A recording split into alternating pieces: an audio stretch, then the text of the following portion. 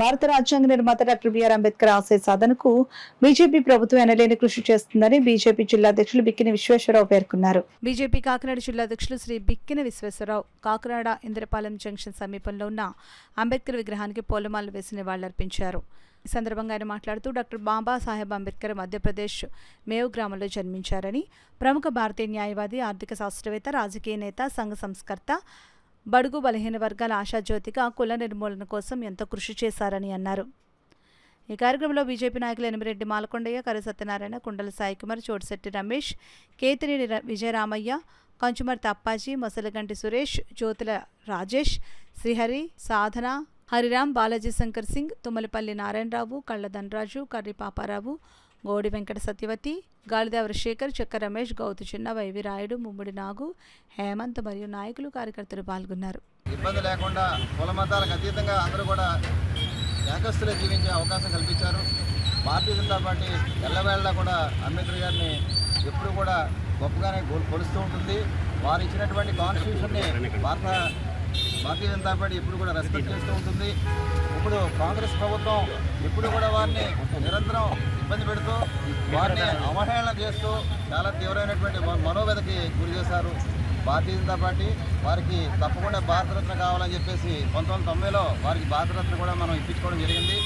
వారు ఇచ్చినటువంటి రాజ్యాంగాన్ని స్ఫూర్తిగా భారతీయ జనతా పార్టీ ముందుకెళ్తుందని చెప్పేసి తెలియజేస్తూ అంబేద్కర్ యొక్క ఆలోచన విధానం, అంబేద్కర్ వాదులు చాలామంది బ్రాహ్మణుల్ని, హిందూ సమాజాన్ని విధానికి కూడా విమర్శిస్తున్నారు. సోదరులారా, నేను చెప్తున్నాను, ఇవాళ అంబేద్కర్ జయంతి సందర్భంగా ఇవాళ అంబేద్కర్ గారు మొట్టమొదటి చిన్న వయసులో పెళ్లి చేసుకున్నటువంటి బ్రాహ్మణ మహిళ కూలి పని చేసుకొని అంబేద్కర్ చదివించడంలో అరిగిపోయినటువంటి మహిళ. వారిని తిరిగితే మీకేమీ అర్థమవుతుందో అర్థం చేసుకోండి. ఆ రోజు నుంచి ఈ రోజు వరకు మన అంబేద్కర్ గారు హిందూ సమాజం పట్ల ఏ రోజు ఒక చిన్న మాట అనలేదు. రాజులు చదివించారు, రాజ్యాలు అప్పచెప్పారు. కానీ అంబేద్కర్ ఆశయ సాధన ఏదైతే ఉందో అట్టడుగు వర్గాల అభివృద్ధి కోసం పనిచేస్తున్నటువంటి అంబేద్కర్ యొక్క వారసులుగా మనం అందరం మిగలాలి తప్ప ఎవరినో విమర్శించుకున్నంత మాత్రం కాకుండా మనం అందరం కలిసి పనిచేయాలి.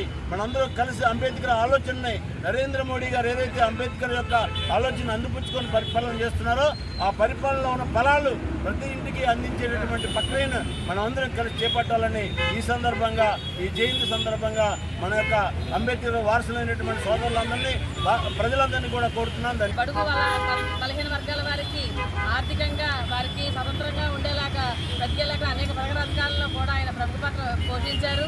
వారు ఎంత కృషి చేశారు అంటే దేశభక్తి కోసం, దేశ సేవ కోసం కూడా ప్రజలందరి తరఫున కూడా అప్పుడు ఉన్న అధికారులందరితోనూ రాజకీయాల్లో ఉన్న వారితో కూడా చాలా విస్తృతమైన సమావేశాలు నిర్వహించి ఎన్నో రకాల పథకాలు రచించారు. వారందరూ చేసిన కృషికి మనం ఇప్పుడు ఈ ఫలితాలు అనుభవిస్తున్నాము.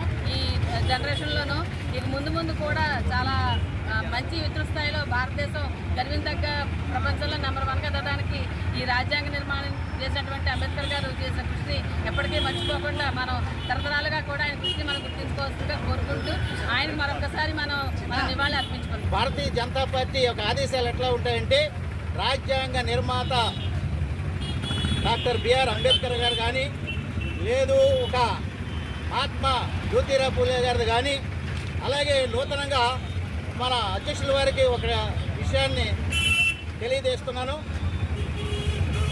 నిన్ననే ఒక జయంతి అయింది. ఎవరిది? మన బీపీ మండల్ ఒక అయింది. ఆయన ఈరోజు బీసీలకు ఒక 27% రిజర్వేషన్ కల్పించారంటే అయినా కూడా ఒక మంచి నాయకుడు ఈ దేశానికి. ఆయన కూడా మనం ఒక నివాళులు అర్పించాలని, వచ్చే సంవత్సరంలో కూడా నివాళులు అర్పించాలని మన విశ్వేశ్వర గారికి కూడా మేము తెలియజేస్తున్నాం. దయచేసి అందరూ కూడా మనకి ఏదైతే నాయకులు ఉన్నారో ఆ నాయకులందరినీ కూడా గౌరవించుకోవడం మన ధర్మం అని తెలియజేస్తూ సెలవు తీసుకుంటాం.